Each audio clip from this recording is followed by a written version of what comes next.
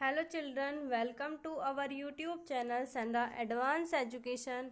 आज हम पढ़ने जा रहे हैं क्लास 6 की हिंदी की पाठ्य पुस्तक बसंत का लेसन 3, जिसका नाम है नादान दोस्त। ये जो लेसन है, जो कहानी है, ये प्रेमचंद जी द्वारा लिखी गई है, जो कि हिंदी साहित्य में एक बहुत बड़े लेखक हुए हैं, प्रेमचंद जी। ये जो कहानी है ये दो बच्चों की दी गई है, जो कि चिड़ियों के बच्चों को बचाना चाहते हैं, उनके अंडों की रक्षा करना चाहते हैं, लेकिन भूल से वो उन अंडों को छू देते हैं, क्योंकि उन्हें पता नहीं होता है कि गलती से भी अगर अंडे को छू दिया जाए तो जो चिड़िया होती है वो अपने अंडों को खुद ही फोड़ देती है। उसको लगता है कि वो अंडे गंदे हो गए हैं। आइए पढ़ते हैं कहानी को। केशव के घर कार्निश के ऊपर एक चिड़िया ने अंडे दिए थे।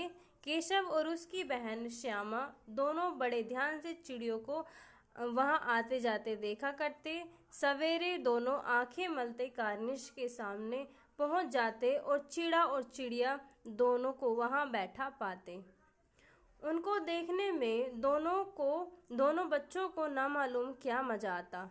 दूध और जलेबी की सुध भी ना रहती। दोनों के दिलों में तरह तरह के सवाल उठते। अंडे कितने बड़े होंगे, किस रंग के होंगे, कितने होंगे, क्या खाते होंगे, उनमें से बच्चे किस तरह निकल आएंगे, बच्चों के पर कैसे निकलेंगे, घोंसला कैसा है। लेकिन इन सब बातों का जवाब देने वाला कोई नहीं। न अम्मा को घर के काम धंधों से फुर्सत थी और ना बाबूजी को पढ़ने लिखने से।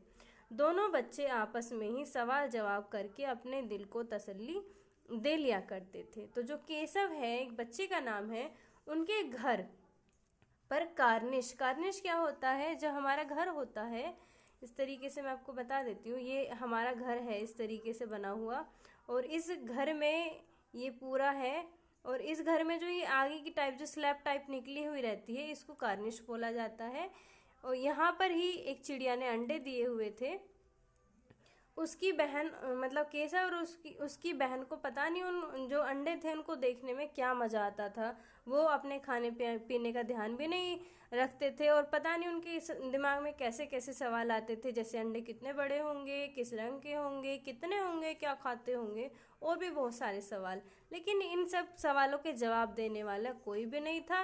वो अपने आप ही दोनों आपस में बात करते और अपने दिल को ऐसे ही तसल्ली दे लिया करते थे। श्यामा कहती, क्यों भैया, बच्चे निकलकर फुर्र से उड़ जाएंगे।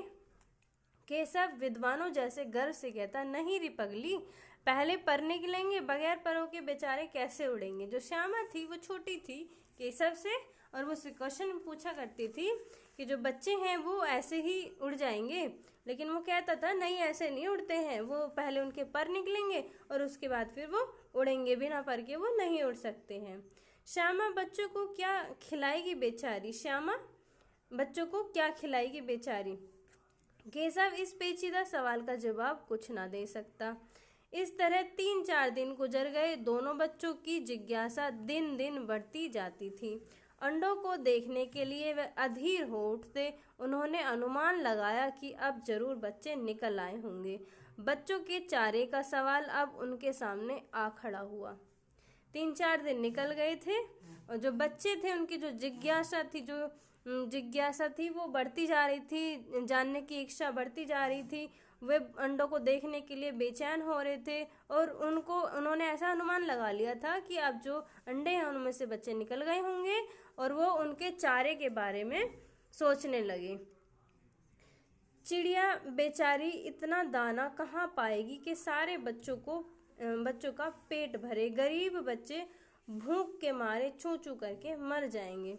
वो सोचने लगे कि चिड़िया छोटी है, क्योंकि तो वो इतना सारा चारा कहाँ से लेके आएगी, इतना दाना कहाँ से लेके आएगी कि वो बच्चों का पेट भर सके। वो तो बेचारे भूख के मारे मर जाएंगे। इसी मुसीबत का अंदाजा करके दोनों घबरा उठे। दोनों ने फैसला किया कि कार्निश पर थोड़ा सा दाना रख दिया जाए। श्यामा खुश होकर बोली, तब तो चिड़िया को चारे के लिए कहीं उड़कर जाना ना पड़ेगा ना। केशव, नहीं, तब क्यों जाएगी। श्यामा, क्यों भैया, बच्चों को धूप न लगती होगी। केशव का ध्यान इस तकलीफ की तरफ ना गया। बोला जरूर तकलीफ हो रही होगी, बेचारे प्यास के मारे तड़पते होंगे, ऊपर छाया भी तो नहीं है। अब उन्होंने क्या किया, जो कार्निश है उस पर दाना रखने का फैसला कर लिया। और वो जो श्यामा है वो कहने लगी कि अब तो चिड़िया को कहीं उड़कर जाने की जरूरत भी नहीं होगी, क्योंकि उसको दाना वहीं से मिल जाएगा। लेकिन श्यामा ने एक और नया क्वेश्चन उससे पूछ लिया था केशव से, कि जो बच्चे हैं उनको धूप भी तो लगती होगी, जबकि जो केशव था वो इस तरफ उसका ध्यान नहीं गया होगा। अब वो कहता है कि हाँ उनको धूप भी लगती होगी, वो क्योंकि धूप लगती है तो फिर भूख भी लगती होगी, भूख प्यास से वो तड़पते होंगे, उनके ऊपर छाया भी होनी जरूरी है। आखिर यही फैसला हुआ कि घोंसले के ऊपर कपड़े की छत बना देनी चाहिए। पानी की प्याली और थोड़े से चावल रख देने का प्रस्ताव भी स्वीकृत हो गया। खाने का उन्होंने क्या किया, जो घोंसला है उसके ऊपर कपड़े की छत बनाने का फैसला किया और इसके अलावा एक प्याली में चावल रखने का भी फैसला कर लिया। दोनों बच्चे बड़े चाव से काम करने लगे। श्यामा माँ की आंख बचाकर मटके से चावल निकाल लाई। केशव ने पत्थर की प्याली का तेल चुपके से जमीन पर गिरा दिया और उसे खूब साफ करके उसमें पानी भर दिया। जो श्यामा थी वो दोनों बच्चे उसके मतलब खाने पीने का इंतजाम करने में बहुत अच्छे तरीके से लग गए थे। जो श्यामा थी वो अपनी माँ की आंख से बचाकर मटके से चावल निकाल लाई थी और केशव ने तेल की एक प्याली थी उसमें तेल भरा हुआ था, उसको जमीन पर गिरा दिया था चुपके से और उसको साफ करके उसमें पानी भर लिया था। अब चांदनी के लिए कपड़ा कहाँ से आए, फिर ऊपर बगैर छड़ियों के कपड़ा ठहरेगा कैसे और छड़ियाँ खड़ी होंगी कैसे। केशव बड़ी देर तक इसी उधेड़ बुन में रहा। आखिरकार उसने यह मुश्किल भी हल कर दी। श्यामा से बोला, जाकर कूड़ा फेंकने वाली टोकरी उठा लाओ, अम्मा जी को मत दिखाना। श्यामा, वह तो बीच से फटी हुई है, उससे धूप ना जाएगी।